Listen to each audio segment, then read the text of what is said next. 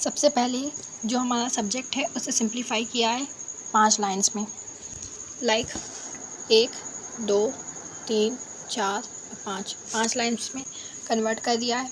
अब इसके बाद अब हम पोजीशन कर रहे हैं कि कौन सा सब्जेक्ट की पोजीशन कहाँ पर आ सकती है, जैसे कि जग कहाँ से कहाँ तक है।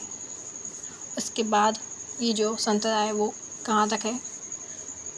पहले हम पोजीशनिंग करेंगे, उसके बाद हम आगे की काम करेंगे। पोजीशन करते टाइम ध्यान ये रखना है कि कौन सी चीज़ कितनी दूर पर है। इसे स्टार्ट ओवर फिनिश रूल भी कहते हैं कि स्टार्टिंग में थोड़ी ज़्यादा मेहनत कर लो तो फिनिशिंग में आसानी हो जाती है।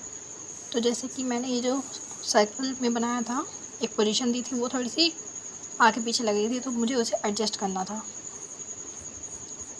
कितना बड़ा होना चाहिए उसका साइज़ वगैरह सब कुछ एडजस्ट करोगे स्टार्टिंग में। जब स्टार्टिंग में ये सब काम हो जाएगा तब बाद में ईजी हो जाएगा कि जग कहाँ से कहाँ पोजीशनिंग आ रही है, जग के अकॉर्डिंग मग की पोजीशनिंग कहाँ आ रही है और इसके बीच में कितना गैप है। हर एक चीज़ों को, ये जो लाइन जा रही है ये सामने ऐसे जा रही है या इसके नीचे से जा रही है, ये सारी चीज़ों को ऑब्ज़र्व करना पड़ता है।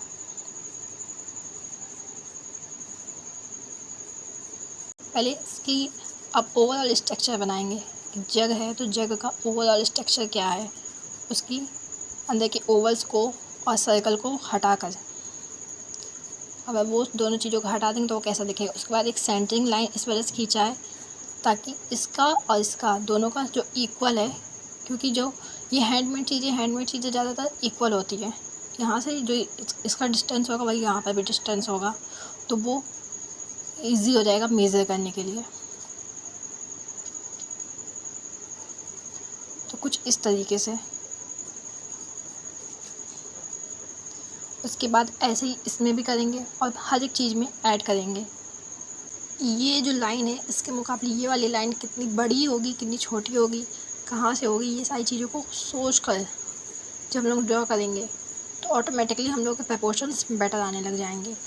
और इसमें का जो मग दिख रहा है वो इसके मुकाबले ज़्यादा दिख रहा है, कम दिख रहा है, ये सारी चीज़ें सोचना है। जैसे कि मुझे इसका ये चीज़ ज़्यादा लग रहा है तो हम इसे हल्का सा कम करेंगे। और ये हम लोग एक तरीके से स्टडी पार्ट है, तो इसमें हम लोग कितने भी चेंजेस कर सकते हैं, बार बार रफ़ कर सकते हैं। तो आप रफ़ करने पर ना डरिए, लेकिन अपनी मिस्टेक्स को ढूंढिए, खुद की क्रिटिक बनिए कि हाँ इसमें मिस्टेक्स कहाँ हो सकती है। जब मिस्टेक्स ढूंढने का माइंडसेट आ जाएगा ना तो ईज़िली मिस्टेक्स दिखना भी चालू हो जाएंगी और उसके बाद आप उसे सुधार पाएंगे। पर अगर आप ये सोचेंगे कि अरे हो गया, बन गया, तो आप मिस्टेक्स ढूंढेंगे ही नहीं, और मिस्टेक्स नहीं ढूंढने का सीधा सा मतलब है इम्प्रूवमेंट का रुक जाना। एंड वन मोर थिंग कि बिल्कुल भी कर्व ऐड नहीं करना, ये सोच के यूज़ करना पेंसिल। अगर बार बार डिटेल्स पे जाने का मन कर रहा है, कर्व ऐड करने का मन कर रहा है, तो आप एक काम कर सकते हैं, ओवर हैंड ग्रिप में बनाइए। ओवर हैंड ग्रिप में बनाने का मतलब है कि आपको परेशानियां झेलनी पड़ेंगी जब भी आप डिटेल्स की तरफ जाएंगे, तो ऑटोमेटिकली आपका वो माइंडसेट निकल जाएगा कि आप चाह कर भी नहीं कर पाएंगे, तो उससे ये इम्प्रूवमेंट मिल जाएगी। तो ये स्टडी हमने अभी कह दी है प्रपोर्शंस के लिए, तो आप इस तरीके से सोच सकते हैं और आप चाहो तो इतने पर भी छोड़ सकते हो। और इसमें डिटेल्स ऐड करना मन कर रहा है तो डिटेल्स ना ऐड करते हुए थोड़ा सा light family and shadow family, इन दोनों को डिफरेंट पार्ट में डिवाइड करके और उसमें थोड़ी सी हैचिंग कर सकते हो, तो ही आर्ट वर्क ठीक भी लगेगा, प्लस आप ज़्यादा डिटेल्स करोगे भी नहीं।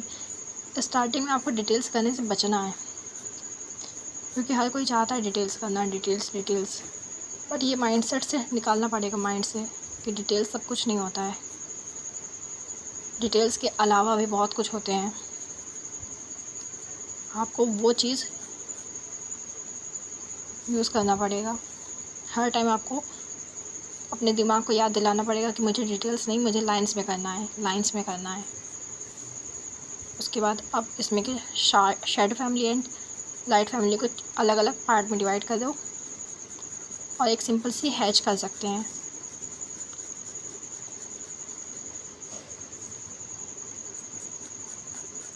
इतने से भी आपका जो स्केच है वो अच्छा लगेगा। और वैसे भी अभी हम लोग स्केच अच्छा लगने के लिए नहीं बना रहे हैं, अभी हम लोग बना रहे हैं स्टडी के लिए कि इसमें हम लोग क्या क्या चीज़ सीख सकते हैं।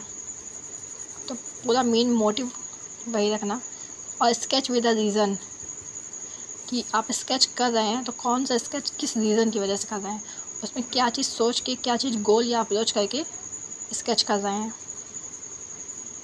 ये सारी चीज़ें सोच के उसके बाद जब स्केच करेंगे तो ज़्यादा से ज़्यादा इम्प्रूवमेंट दिखेगी, क्योंकि आपको पता होगा कि आपका गोल है क्या। और अगर आपको पता ही नहीं कि आपका गोल है क्या तो समझ में नहीं आएगा कि करना क्या है। तो ये रहा कुछ सिंपल सी प्रपोर्शन स्टडी। इसमें अभी बहुत कुछ हो सकता है बट हम अब करना नहीं चाहते, इतना इनफ है।